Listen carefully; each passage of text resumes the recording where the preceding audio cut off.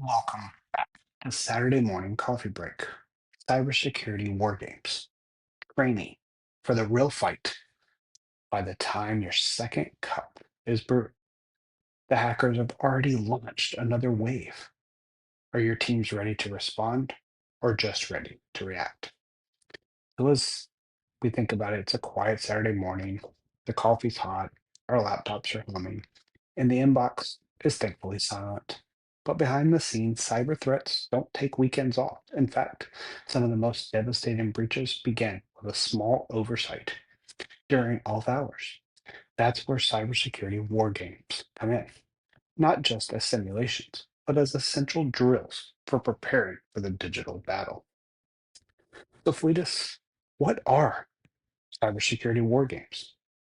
Cyber war games are structured exercises that simulate real world attacks on your organization's systems, data, and your employees. Think of them as the cybersecurity equivalent of a fire drill.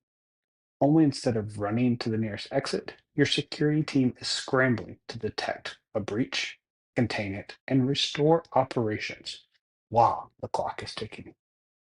They go by many names: tabletop exercises, red team, blue team engagements, purple teaming, breach and attack simulations. But the core goal is the same: test your readiness under pressure. So, why do war games matter more than ever?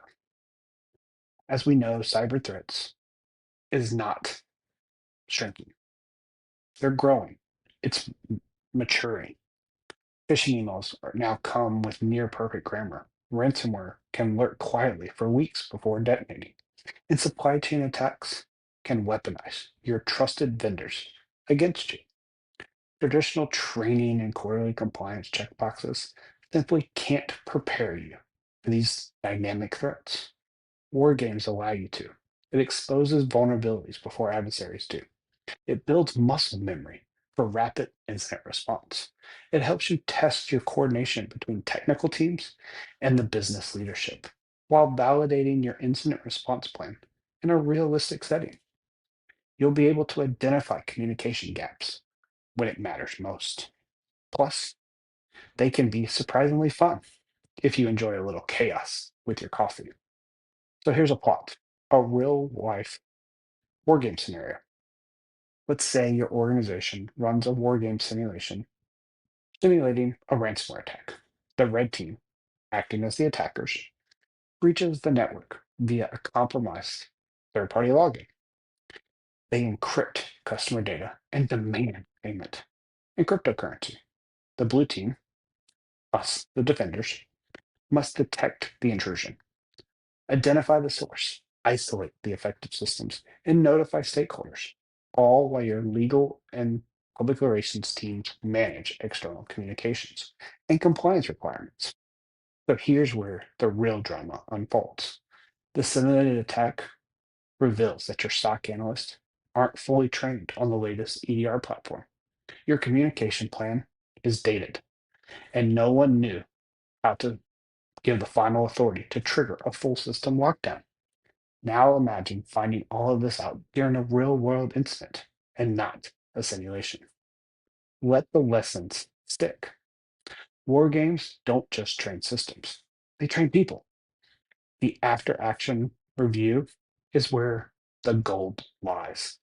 It surfaces misconfigured and misaligned assumptions, response time bottlenecks, over reliance on key individuals, as well as poor visibility into your cloud assets and communication breakdowns.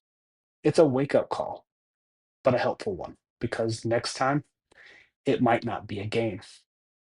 War games helps make it a habit, not a one off. Like your weekend coffee ritual, cyber war games work best when they're regular and intentional.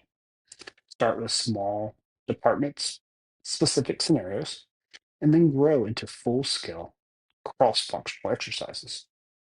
Don't forget to involve your other lines of businesses, such as legal, HR, communications, as well as the executives. In a real breach, they'll be just as critical as your security operations center. And mix it up. Try tabletop exercises for strategic alignment, live fire red blue team engagements for technical stress testing, purple team sessions for collaboration, and simulated phishing campaigns for your employee awareness. So, as we take another sip, a culture of readiness is important here. The best security culture isn't built on fear, it's built on readiness. War games turn theoretical knowledge into actionable instinct.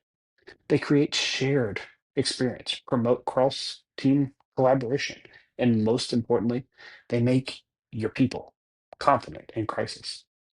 So, as we sip our Saturday morning brew, ask yourself this: if today were the day your system came under fire, would your team be playing defense or playing catch up? Start planning your next cybersecurity war game. Your future self and your security posture will thank you. So until next time, stay safe, stay caffeinated, and stay secure, everyone. And remember, keep testing like it's game day.